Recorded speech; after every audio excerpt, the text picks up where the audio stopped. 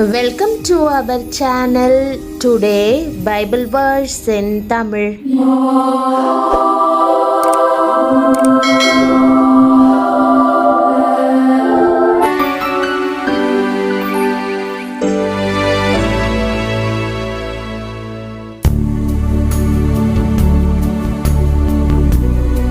இன்றைய வசனம் சங்கீதம் 51:12.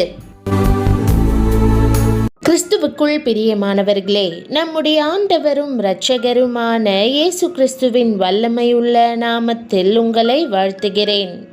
இன்று உங்கள் சந்தோஷத்தை திரும்ப தரவும் உங்கள் ஆவியை உயிர்ப்பிக்கவும் மகிழ்ச்சியோடு தம்மை சேவிக்கும்படியாகவும் உங்களை விடுவிக்க ஆண்டவர் வாஞ்சையாய் இருக்கிறார்.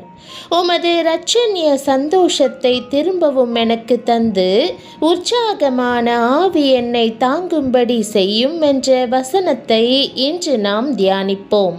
இழந்து போன இரட்சணியத்தின் சந்தோஷத்தை திரும்பவும் எனக்கு தாரும் ஆண்டவரே என்று எவ்வளவு உருக்கத்தோடு கூட தாவீது ஜெபிக்கிறார் என்பதை கவனித்து பாருங்கள். இரட்சிப்பின் சந்தோஷத்தை திரும்ப பெற்றுக்கொள்ளுவது எப்படி என்பதை தாவீது சிந்தித்து பார்த்தார். பழைய ஏற்பாட்டில் ஒரு மனுஷன் குற்றம் செய்தால் அவன் குற்ற நிவாரண பலியாக வெள்ளாட்டு கடாவையோ அல்லது இளங்காளையோ அல்லது புறா குஞ்சுகளையோ கொண்டு வர வேண்டும். இரத்தம் சிந்துதல் இல்லாமல் பாவ மன்னிப்பு இல்லை என்று வேதம் தெளிவாய் சொல்லுகிறது. ஒரு மனுஷன் பாவம் செய்யும் போது தன் பாவ மன்னிப்புக்கென்று ஒரு பலியாட்டை தெரிந்து கொண்டு அதை பரிசுத்த ஸ்தலத்திலுள்ள பலிபீடத்தண்டை கொண்டு வருகிறான். தன் கைகளை அந்த ஆட்டுக்குட்டியின் மேல் வைத்து தன் பாவத்தை எல்லாம் அதன் மேல் சுமத்துகிறான். பின்பு அந்த ஆடு பலிபீடத்தின் மேல் பலியிடப்படும். அந்த ஆட்டின் இரத்தத்தை ஆசாரியன் எடுத்து பாவம் செய்தவன் மேல் தெளிக்கிறான். அப்பொழுது அவன் பாவம் நீங்கி சுத்தமாகிறான். இது நியாயப்பிரமாணத்தின் காலத்தில் தேவனால் கொடுக்கப்பட்ட கட்டளையாய் இருந்தது. ஆனால் பாவம் செய்த தாவீதின் கண்களோ ஆட்டுக்குட்டியின் பலிக்கு அப்பால் உள்ள ஒரு பலியை நோக்கி பார்த்தது. அதுதான் கல்வாரி சிலுவையில் இயேசுவின் தியாக பலி. வெள்ளாட்டுக்குட்டி, காளை, புறாக்களை குறித்து சிந்தித்த அவர் தேவனை பார்த்து, பலியை நீர் விரும்புவதில்லை, விரும்பினால் செலுத்துவேன், தகன பலியும் உமக்கு பிரியமானது அல்ல என்று குறிப்பிடுவது ஆச்சரியமாய் இருக்கிறதல்லவா? ஒரு காலத்தில் தேவனுடைய இருதயத்துக்கேற்றவராய் காணப்பட்ட தாவீது தேவனோடு கூட சஞ்சரித்து கொண்டிருந்த நாட்களில் ஒரு சத்தியத்தை தெளிவாக அறிந்து கொண்டார். அது என்ன தெரியுமா? தேவனுக்கேற்கும் பலிகள் நொறுங்குண்ட ஆவிதான். நொறுங்குண்டதும் நறுங்குண்டதுமான இருதயத்தை தேவன் ஒருபோதும் புறக்கணிப்பதில்லை என்பதே அந்த சத்தியமாய் இருந்தது. மிருகத்தை கொண்டு வந்து பலிபீடத்தில் நொறுங்கச் செய்து வைப்பதை பார்க்கிலும் மனஸ்தாபத்தோடு உடைந்த உள்ளத்தோடு தேவ சமூகத்தில் வருவதையே கர்த்தர் அதிகமாய் விரும்புகிறார். இரட்சிப்பு என்பது விலையேற பெற்றது. இயேசு விலையேற பெற்ற இரட்சிப்பை தம்முடைய விலையேற பெற்ற இரத்தத்தினால் நமக்கு சம்பாதித்து கொடுத்திருக்கிறார். பரலோக தேவனின் விலை மதிப்பற்ற தியாகம் நம்முடைய மீட்புக்கு வழி உண்டாக்கி இருக்கிறது. பிரியமானவர்களே, இரட்சிப்பின் முக்கியத்தை உணர்ந்தவர்களாய் நீங்கள் இந்த உலகத்தில் வாழ்வது மிகவும் அவசியம். இரட்சிப்பின் வெளிப்பாடாக இருதயத்தில் ஏற்படும் சமாதானமும் மகிழ்ச்சியும் வார்த்தைகளால் விவரிக்க முடியாதவை. வாழ்க்கையில் பல வேளைகளில் இரட்சிப்பின் சந்தோஷத்தை நாம் இழந்துவிட்டது போல் உணரலாம். பாவம், சோதனை, வாழ்க்கையின் போராட்டங்கள் நாம் தேவனை விட்டு தூரமாக சென்று விட்டது போல் உணர வைக்கலாம்.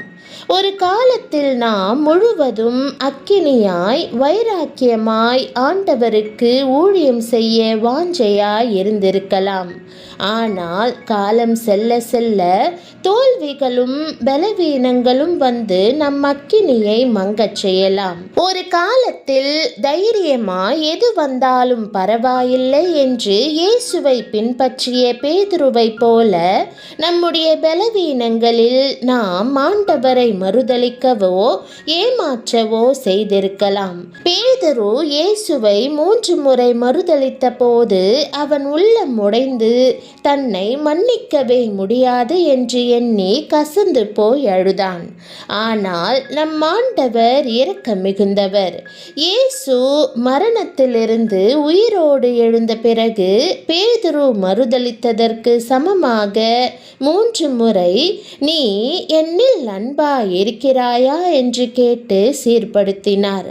அந்த தருணம் இயேசு மன்னிப்பவர் மட்டுமல்ல, முற்றிலுமாக சீர்படுத்துகிறவர் என்பதை நிரூபித்தது. வேதம் நான் அவர்கள் அநியாயங்களை கிருபையாய் மன்னித்து அவர்கள் பாவங்களையும் அக்கிரமங்களையும் இனி நினையாமல் இருப்பேன் என்று கூறுகிறது. பிரியமானவர்களே, நாம் முழு இருதயத்தோடும் மனம் திரும்பும் போது ஆண்டவர் எல்லா பாவங்களையும் கழுவுவார். நமக்கு எதிராக அவற்றை பிடிக்க மாட்டார்.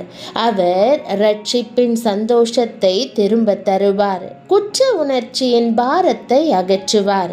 நம்மை சமாதானத்தினால் நிறைப்பார். ஒரு முறை மடங்கடிக்கப்பட்ட ஒன்று ஒருபோதும் நம்மை வரையறுக்க முடியாது. மாறாக அவரது கிருபை நம்மை தாங்கும். அவரது ஆவி மறுபடியும் உண்மையாய் நடப்பதற்கு நம்மை பலப்படுத்தும். சீர்படுத்தப்பட்ட பிறகான பேதுருவின் வாழ்க்கையை பாருங்கள். முன்பு தோல்வி அடைந்த அதே மனிதன் ஆயிரக்கணக்கானோரை இயேசுவிடம் வழி நடத்தினான். தைரியத்தோடு பிரசங்கித்தான். தன்னுடைய நிழலினால் கூட வியாதியஸ்தர்களை குணமாக்கினான். அதுவே சீர்பட்ட வாழ்வின் வல்லமையாகும். அவ்வண்ணமாகவே நீங்கள் தேவனிடம் மனம் திரும்பும் போது அவர் உங்களை மன்னிப்பதோடு பெரியதொரு நோக்கத்திற்காக உங்களை பலப்படுத்துவார். அவர் தளராத உற்சாகமுள்ள இறுதி வரை உண்மையாயிருக்கிற ஆவியை உங்களுக்கு அருளுவார். இன்று உங்கள் சந்தோஷத்தை திரும்ப தரவும் உங்கள் ஆவியை உயிர்ப்பிக்கவும் மகிழ்ச்சியோடு தம்மை சேவிக்கும்படியாகவும் உங்களை விடுவிக்க ஆண்டவர் வாஞ்சையாயிருக்கிறார். இயேசுவிடம் திரும்புங்கள். அவர் சமாதானத்தினால், சந்தோஷத்தினால், பலத்தினால் நிறைந்த புதிய ஆரம்பத்தை உங்களுக்கு தருவார்.